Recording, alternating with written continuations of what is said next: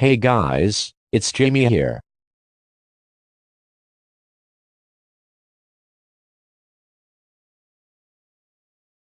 Back with a new video.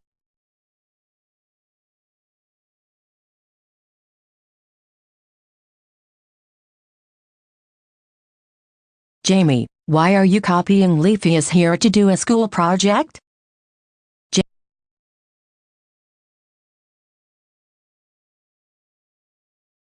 Shot.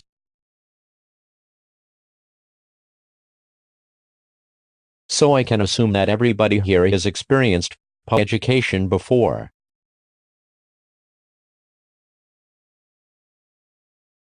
We've probably all said at least once that we hate it, or been upset because of it.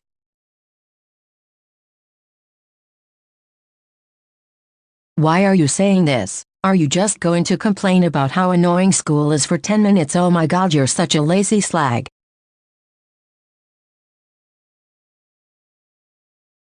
Can you shut up?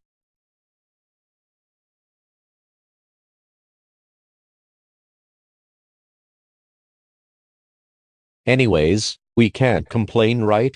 This is all for the best, isn't it? Yes.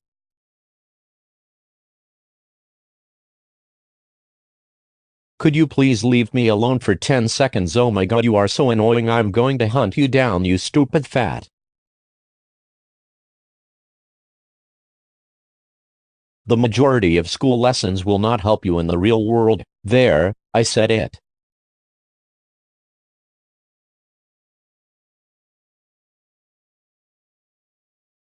Classes like math and English are going to help us later in life, but why do we need to know that the mitochondria is the powerhouse of the cell? Is it just so we can paste it onto a picture and get upvotes on Reddit? Sources say that it's taught so we can improve our problem-solving skills and all that, but the thing is, it's not doing any of that. I guess you're living proof. I guess you're living proof.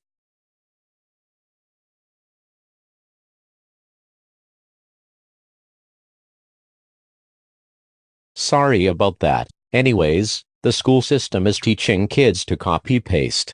It's teaching them that if they just memorize the answer, they'll get through another day.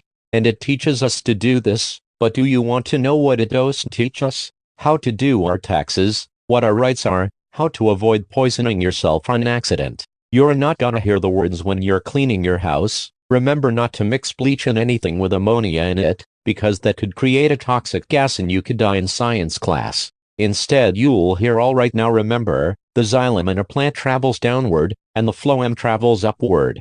You're not gonna need to remember what the Mesozoic period was in preparation for the real world. You're gonna need to remember it for the test on Friday.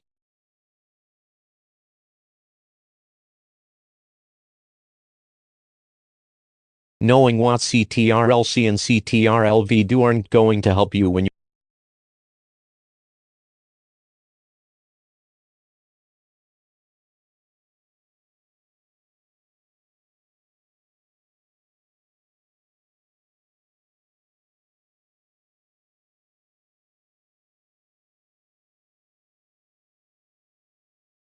Knowing what Control-C and Control-V do aren't going to help you when you're asked what to do in a serious situation. It's going to help you when you need to copy-paste all over the internet. I notice you churlish cretins lauding the supposedly intellectual television program known as Rick and Morty to make your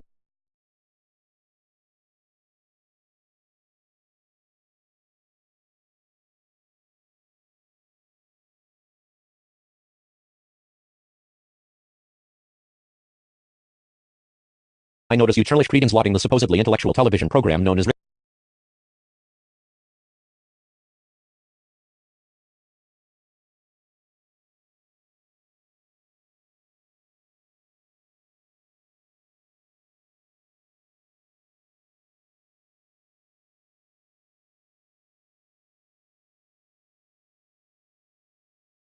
As you are ardent watchers of the aforementioned all over the internet, I notice you churlish cretins lauding the supposedly intellectual television program known as Rick and Morty to make yourselves appear more intelligent by extension. As you are ardent watchers of the as you are ardent watchers of the aforementioned show. However, you peddling planarians only succeed in illustrating how vapid you really are, as Rick and Morty has the intellectual depths of a petri dish. Truly, the most noetic show is neither Rick and Morty, The Big Bang Theory, Jimmy Neutron, nor any other deluge of drivel you deludable dimwits bombard your brains with. Rather, it is Johnny Test, a pinnacle of animation, sound design, acting, and plot. Despite this, most of you sniveling sub 10,000 as someone with an IQ under 10,000. For the record, my IQ is several orders of magnitude higher than this. My reason for my usage of this term is simply because I am partial to the number 10,000 who will dismiss Johnny Test as another subpar piece of rubbish from Teletoon. But you all fail to realize how much genius goes into producing that show. I have watched Johnny Test since I was a juvenile, and already I bear an IQ so toweringly high no known test can measure it. That is to say, I have watched Johnny Test since I was a juvenile, and already I bear an IQ so toweringly high no known test can measure it. That is to say, no known test for humans can measure it. When using the scale with which computer processing power is evaluated, I clock in at over 8.3 trillion yottaflops. I have memorized every facet of human knowledge and only used 32.8% of my potential intelligence. My remaining neurons I allocate towards personal use, research, and wealthy companies for use as server farms and Bitcoin mines. Not only that, but I have transformed all of the atoms in my being into a quantum computer to serve as an extension to my enormous encephalon, which handles the menial tasks and other trivialities associated with existence such as respiration, ingestion, digestion, socializing, etc.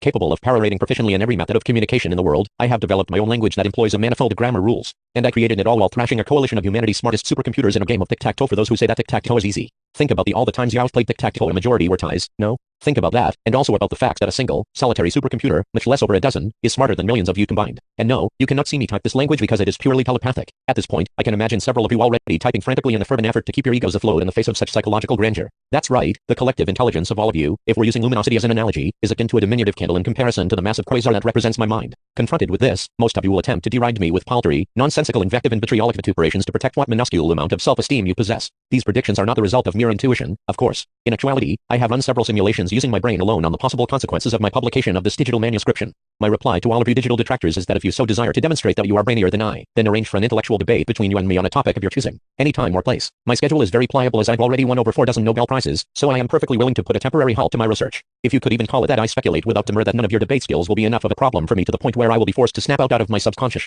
simulations to employ the use of those neurons. Besides, I don't want to be a glory hog and leave none of the secrets of the universe left for unlocking. You know, let the dogs have their day and all of that. I already know that none of you simpletons with your senescent synapses will be able to match up to my vast vernacular and verbiage, my mental dexterity with declension, and my phonetic puissance with my phraseology and pronunciation. In a matter of seconds or possibly longer, if I've overestimated your already positively bent IQs when running my simulations, you'll fly into cantankerous conniptions after my consummate trouncing and repudiation of every single one of the facts that you hold so dear as proof of your purported intellect. And in response to those who claim, overcome with envy and spite, that as intelligent as I am, I will never sleep with anyone I don't need to. I am quite capable of simulating, to the measure as tactile sensation, every position in the Kama Sutra as well as a few I myself have devised for maximum oxytocin and endorphin release simultaneously in a few seconds. And the only reason it takes even that long is because I am prolonging the simulation in order to enjoy the experience. I could do it in hundredths of a millisecond if I so wish. However, for someone with such acute acumen as I, life is far too easy. When pure ennui drives you to calculate the movements of the 27 subatomic particles you have discovered and how they interact with one another in the 2/38th dimension using a base 3.2407 quadrillion number system, you realize that the universe and its infinite copies and offshoots offer nothing more to you, except, that is, for Johnny Test. Even for an individual with such altitudinous IQ such as myself, it's difficult to understand every single subtle joke and reference. That's not to say I don't understand any of the plenitude of illusions. In fact, I am able to comprehend virtually every single one. For example, one minutiae most of you would fail to notice is when Susan's chin moves 2 extra pixels further than in any of the previous episodes when she talks during the 17th second of the 5th minute of Season 3 Episode 10. Hardly any of you would conceive of the fact that this is a reference to the exact number, down to 84 significant figures, of the percent change in total nitrogen in the Earth's atmosphere due to the eructation of a small synodon 257 million years ago. There are more examples I could give, such as the color of the walls of the sisters' lab being a slightly different hue from the norm in Season 4 Episode 19, a reference to the presence of approximately 2.9 millimoles of ammonium, Diranite in the ink of a Chinese manuscript dated 1256 BCE, but that would detract from the intended purpose of this writing. Johnny Test is a work of art, a perfect concoction of knowledge from a multitude of academic fields that combine to make a program that is the only form of media I have ever encountered that has been even somewhat laborious for me to fathom, and I am talking about someone who altered the biochemistry and chirality of their body in order to make it more efficient than the prodigality that is the human body. My temples ache with the pain of having to pump copious amounts of testium, an element I discovered that takes the role of oxygen in my unique biochemistry, named after my favorite show of course, to my brain in order to comprehend what I have just watched. And to everybody who claims that the reason my temples are sore or why I have delusions of grandeur are due to my being high or whichever way you aim to construe my exegesis of an episode.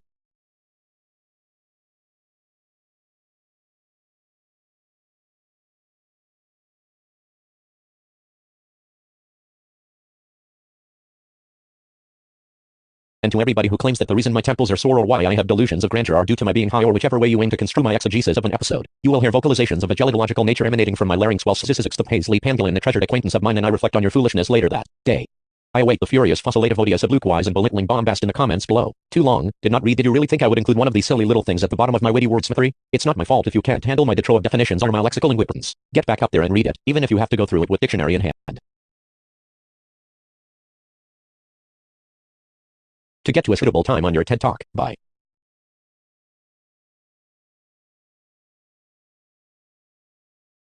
To get to a suitable time on your TED Talk,